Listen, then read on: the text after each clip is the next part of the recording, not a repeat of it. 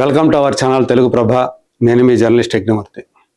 మొన్న రాత్రి మనశంకర వరప్రసాద్ గారు ఆ సినిమా రీజనల్ సినిమాల్లో ఆల్ టైమ్ ఇండస్ట్రీ హిట్గా నిలవటంతో ఒక గ్రాండ్ సెలబ్రేషన్స్ నిర్వహించారు హైదరాబాద్లో. ఈ సందర్భంగా చిరంజీవి అరగంటకు పైగా చాలా ప్రేరణాత్మకమైన, స్ఫూర్తిదాయకమైన, సందేశాత్మకమైన ఒక స్పీచ్ ఇచ్చారు, ఒక ఎమోషనల్ స్పీచ్ ఇచ్చారు. అందులో భాగంగా ఆయన చేసినటువంటి వ్యాఖ్యలు ఇప్పుడు సంచలనాత్మకంగా మారాయి.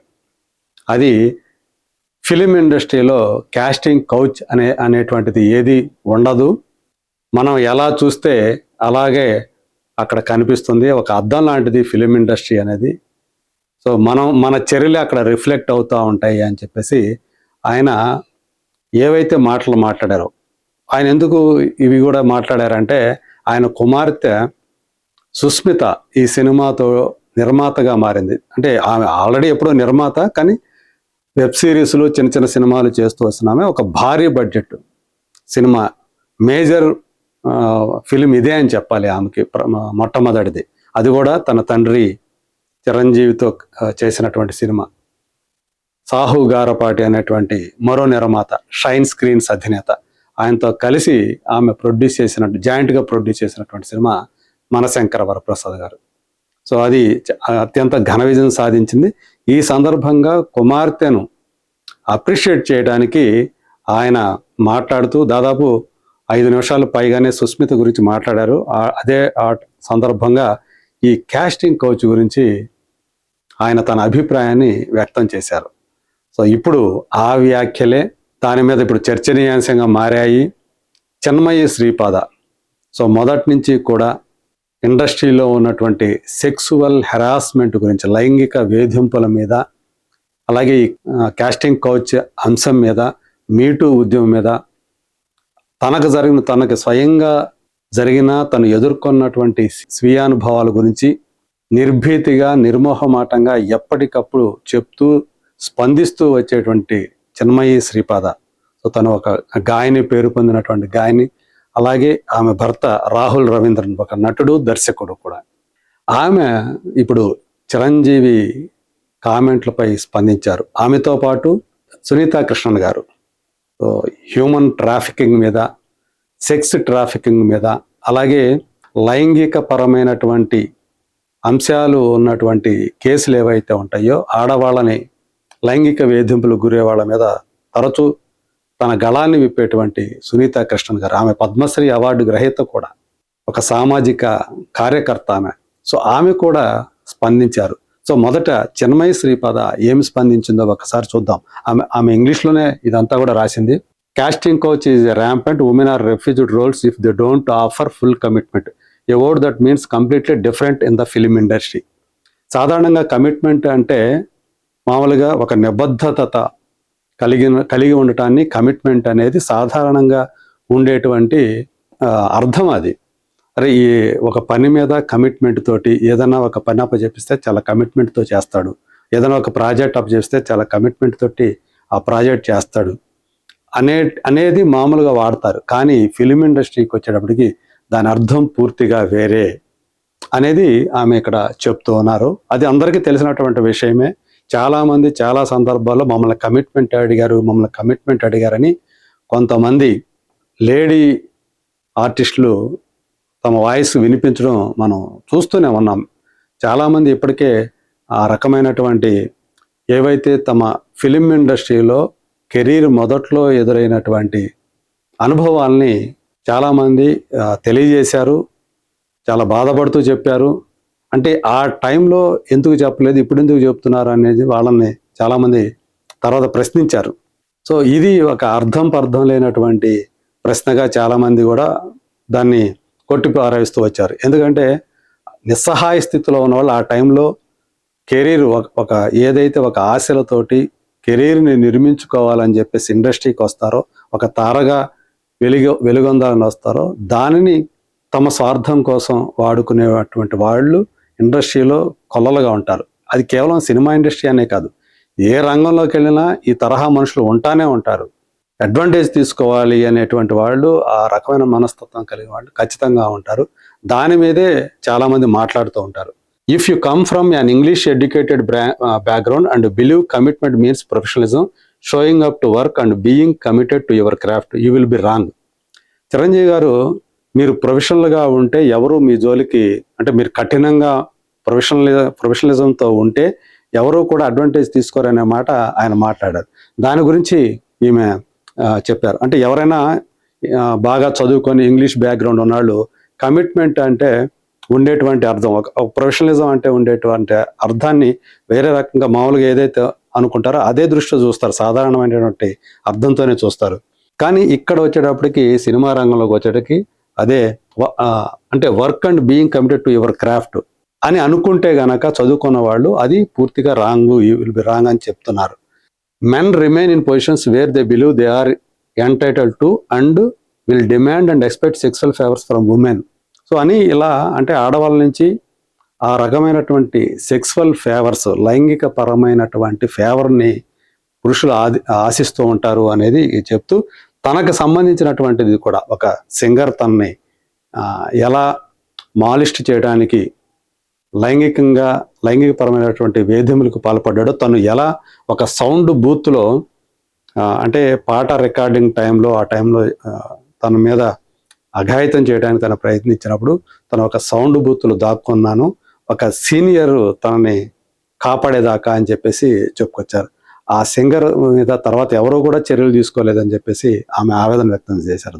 అలాగే దానికంటే ముందు చాలా ప్రఖ్యాతి చెందినటువంటి తమిళ లిరిసిస్ట్, మనకి ఎంత గొప్ప గొప్ప లిరిసిస్టులు ఉన్నారు. ఇక్కడ వేటూరు సుందరరామూర్తి గారు ఎంత ఫేమస్, అక్కడ ఆయన అలాంటి వ్యక్తి ఒకరు ఉన్నారు. ఆయనే వైరముత్తు. ఆయన తన మీద అంటే లెజెండరీ లిరిసిస్ట్ అని చెప్పాలి. ఆయన తనని వేధింపులకు గురి చేశారు, లైంగిక వేధింపులు. అది కూడా ఆ టైంలో తన తల్లి కూడా అక్కడే ఉన్నారు, పక్కనే ఉన్నారు, అంటే బయట ఉన్నారు. ఈయన లోపల తనని ఇచ్చేయబోయారు అని చెప్పేసి ఆమె చెప్పారు. అంటే మన వాళ్ళు, మన పేరెంట్స్ ఉన్నప్పటికీ కూడా ఇలాంటి జరుగుతూ ఉంటాయి ఇండస్ట్రీలో. చిరంజీవి గారేమో ఈయన ఒక వేరే జనరేషన్ నుంచి వచ్చారు, ఒక జనరేషన్. ఆ జనరేషన్లో వాళ్ళందరూ కూడా లెజెండ్స్తో కలిసి పనిచేశారు. వాళ్ళ హీరోయిన్స్ కూడా వాళ్ళతోటి ఒక ఆత్మీయమైనటువంటి అనుబంధం, ఫ్యామిలీ ఫ్రెండ్స్ లాగా వాళ్ళు ఉండేవాళ్ళు, ఫ్యామిలీ ఫ్రెండ్స్ లాగా ఉండేవాళ్ళు అని చెప్పేసి ఆమె చెప్పుకుంటూ వచ్చారు. అంటే పరస్పరం మ్యూచువల్లీ రెస్పెక్ట్, ఒక పరస్పరం గౌరవించుకునేవాళ్ళు. ఆ రకమైనటువంటి వాతావరణం ఆ రోజుల్లో ఉండేది. కానీ ఇప్పుడు వేరే, ఇప్పుడు మీటూ మూవ్మెంట్ అనేది కూడా ఎందుకు వచ్చింది, ఇవన్నీ కూడా చిన్నమయ్య శ్రీపాద ఇవన్నీ ప్రస్తావించారు. మీటూ మూవ్మెంట్ గురించి కూడా ఆమె ప్రస్తావించారు. చివరికి అంతా ఏమన్నారంటే, men believing they are owed sex in return for giving work are the problem. So మేము పని ఇస్తాం కానీ మరి మీరు తిరిగి ఏమి ఇస్తారు అని మగవాళ్ళు ఏదైతే అడుగుతారో అదే అక్కడే సమస్య వస్తుంది అని చెప్పేసి ఆమె ఇదంతా రాసుకుంటూ వచ్చారు. ఇక సునీత కృష్ణ గారు కూడా ఆయన్ని ట్యాగ్ చేస్తూ చిరంజీవి గారిని డైరెక్ట్గా చేస్తే, చిరంజీవి అన్నయ్య, with all due respect, I beg to differ on your opinion about sexual harassment Tollywood. So మీ మీద గౌరవంతో చెప్తున్నాను, మీరు చెప్పిన ఏవైతే మీరు మాట్లాడారో వాటిని నేను ఏకీభవించట్లేదు అని చెప్పేసి చెప్తూ ఉన్నారు. డిఫర్ చేస్తున్నానని చెప్తున్నారు. Every film industry has it in some form or other and our industry is not an exception. ప్రతి ఇండస్ట్రీలో కూడా అది ఉంటుంది, మన ఇండస్ట్రీ కూడా అందుకు మినహాయింపు కాదు.